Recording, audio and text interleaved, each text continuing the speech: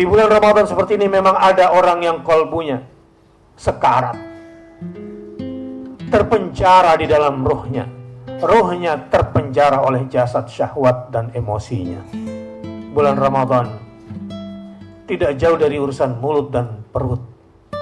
Di penghujung Ramadan pun urusannya tidak jauh dengan urusan kantong dan jalan-jalan. Hanya sampai di situ.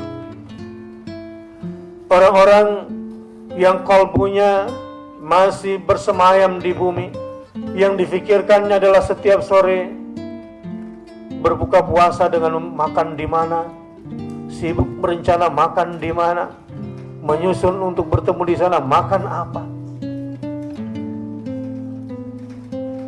Bahkan tidak ada agenda sedekah yang meningkat volumenya setiap hari.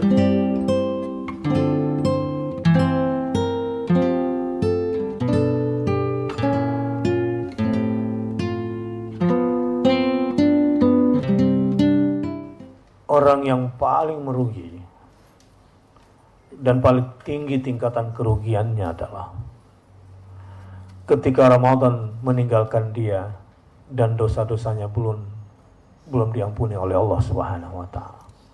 Sungguh inilah orang yang paling tinggi kerugiannya. Padahal Ramadan dikatakan Ramadan karena Allah, karena panas membakar dosa-dosa. Juga diriwayatkan bahwa rubba sha'imin laisa min siyamihi illa al-ju' wal 'atash.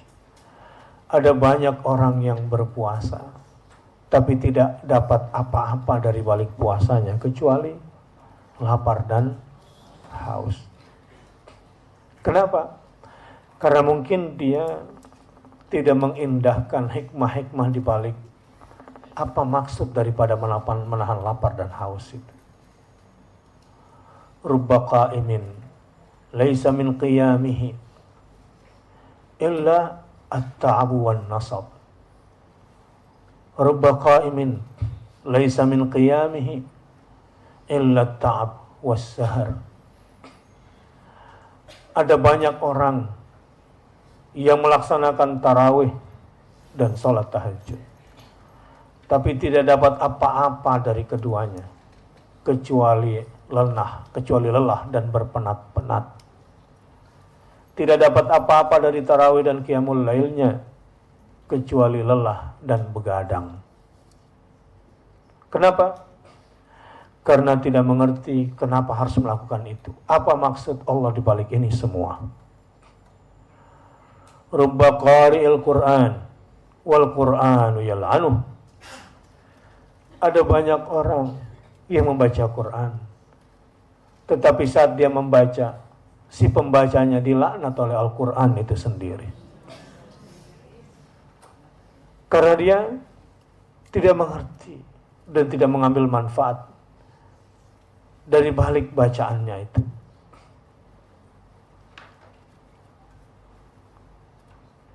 Satu hari Abdullah bin Umar diajak berhaji bersama baginda Rasulullah SAW.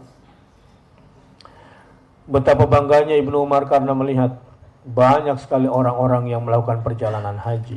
Lalu dia berseloroh, ayah, betapa banyak orang yang sedang melakukan perjalanan haji.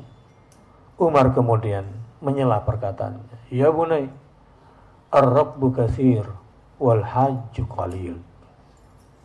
Yang melakukan perjalanan memang banyak, tapi yang menjadi haji cuma sedikit.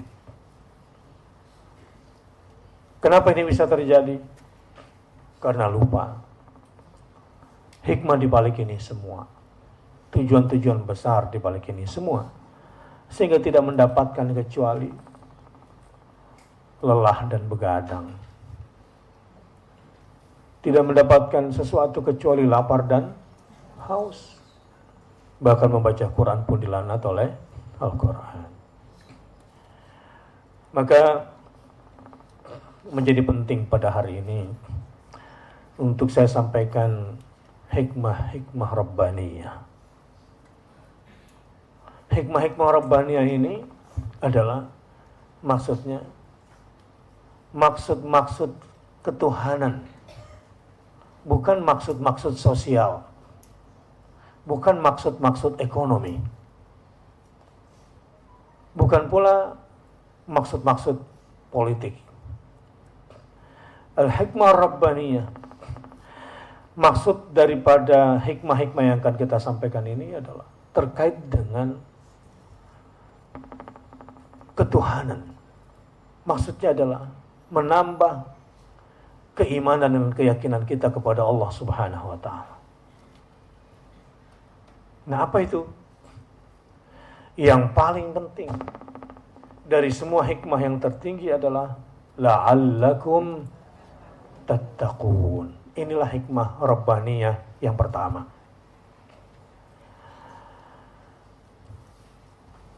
A'udzu billahi minasyaitonir rajim. Bismillahirrahmanirrahim. Ya ayyuhalladzina amanu kutiba alaikumus shiyam kama kutiba alal ladzina min qablikum la'allakum tattaqun. La'allakum tattaqun, agar kalian bertakwa, bukan la'allakum taju'un, supaya kalian bisa merasakan lapar. La'allakum ta'lamuna ahwalal masakin, supaya kalian bisa merasakan pedihnya lapar orang miskin. Bukan dimensi sosial dulu yang pertama. Walau itu penting untuk kehidupan sosial kita, dan syariat itu juga mengandung dimensi sosial. Tapi disinilah bedanya sosialis dengan yang berketuhanan yang Maha Esa. Sosialis adalah orang-orang yang kerja-kerja sosialnya semata-mata untuk kemanusiaan, tidak mau melibatkan ketuhanan dalam hal ini. Sosialis adalah orang-orang yang kerja-kerja kemanusiaannya hanya mau terikat dengan tradisi-tradisi sosial yang ada di sekitarnya, tidak mau memasukkan unsur-unsur agama, keyakinan dalam pekerjaan. Inilah yang saya maksud dengan al-hikmah ar-rabbaniyah.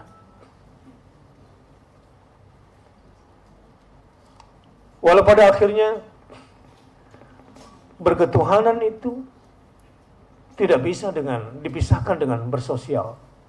Karena Allah sebagai pencipta kita telah menciptakan kita sebagai makhluk sosial.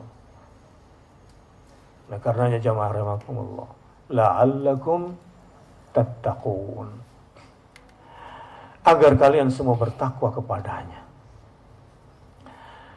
Contoh orang yang sudah bertakwa itu agung Allah Subhanahu wa ta'ala di dalam hatinya.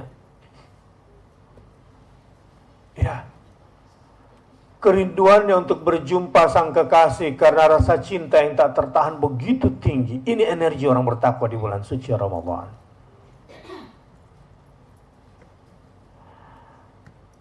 Rasa takutnya kepada Allah Ta'ala, takut kehilangan kesempatan mendapatkan ampunan di bulan ini. Ini menjadi energi besar bagi dia untuk bisa melakukan banyak ibadah. Ketakutan dia untuk kehilangan kasih sayang atau rahmat besar Allah di bulan suci Ramadan. Ini yang membuat matanya seakan-akan terus terang, benderang, dan tidak menghabiskan malam dengan syahwat dan bermalas-malasan. Inilah yang membedakan orang yang ada takwa di bulan suci Ramadan. Karena kalbunya telah terpenuhi dengan rasa-rasa cinta dan takut kepada Allah Azza wa Jalla. Orang-orang yang dipenuhi rasa takwa di dalam hatinya, merasakan keagungan indahnya, yakin bersandar kepada Allah Subhanahu wa ta'ala. Walau hari ini sakit, kalau memang harus sholat subuh berjamaah, merangkak pun akan dijalaninya, atau bahkan resiko mati pun harus dihadapi. Orang-orang yang ada takwa di dalam hatinya memang berada di alam ketinggian kalbunya di bulan suci Ramadan seperti ini. Orang yang mendapatkan hikmah rabbaniyah, kalbunya itu dibawa terbang bersama ruhnya. Dia tidak berada di bumi ini. Dia tidak tertarik oleh gravitasi dunia di bulan suci Ramadan ini. Dia menembus 7 lapis eskalasi langit. Seakan-akan melekat di Arsyur Rahman. Alladzi yajulu fi qalbihi. Yang berputar, yang menjadi obsesi di kalbunya bukanlah target-target kerendahan duniawi. Di bulan Ramadan seperti ini memang ada orang yang kalbunya sekarat, terpenjara di dalam ruhnya. Ruhnya terpenjara oleh jasad syahwat dan emosinya. Bahkan sujudnya pun tidak mampu menerbangkan ruhnya untuk tersungkur sujud di hadapan ketinggian.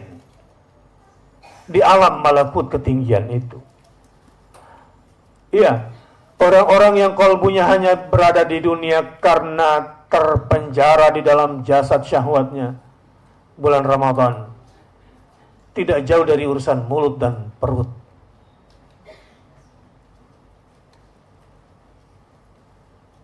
Tidak jauh dari urusan mulut dan perut. Di penghujung Ramadan pun urusannya tidak jauh dengan urusan kantong dan jalan-jalan. Hanya sampai di situ. Orang-orang yang kalbunya masih bersemayam di bumi, yang difikirkannya adalah setiap sore berbuka puasa dengan makan di mana, sibuk berencana makan di mana, menyusun untuk bertemu di sana makan apa. Bahkan tidak ada agenda sedekah yang meningkat volumenya setiap hari. Tapi di sana ada orang-orang yang dipenuhi hatinya dengan takwa Allah. Orang-orang ini kalbunya bertengger di arasy Ar-Rahman. Yang diharapkannya adalah ampunannya. Tiada hari dia lalui kecuali untuk mendapatkan rahmatnya yang selalu ada setiap saat. Yang dikejarnya adalah kelipatan-kelipatan keberkahan.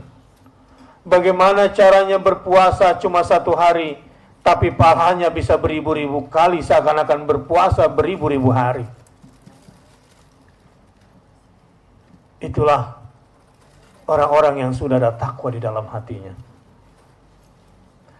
Dan yang terpenting adalah orang-orang yang bertakwa ini di dalam bulan suci Ramadan ini adalah orang yang betul-betul sudah sukses puasanya.